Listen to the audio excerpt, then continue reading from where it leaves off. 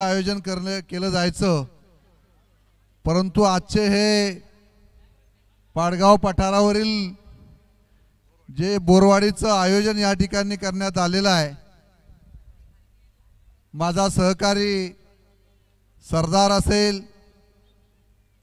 त्यानंतर आकाश, प्रफुल्ल, अनिकेत या सर्वांनी या गटांच्या शर्यतींचं आयोजन या ठिकाणी सुटला केलेलं आहे। सुंदर असं आयोजन आपल्याला या ठिकाणी पाहायला मिळते। बघा या शर्यती कशा पद्धतीने या ठिकाणी होत आहेत आणि हे संपूर्ण रायगड थोरवे माझा बंधुराज आणि या सगळ्यांनी या शर्यतींचं आयोजन या ठिकाणी करण्यात आलेलं होतं।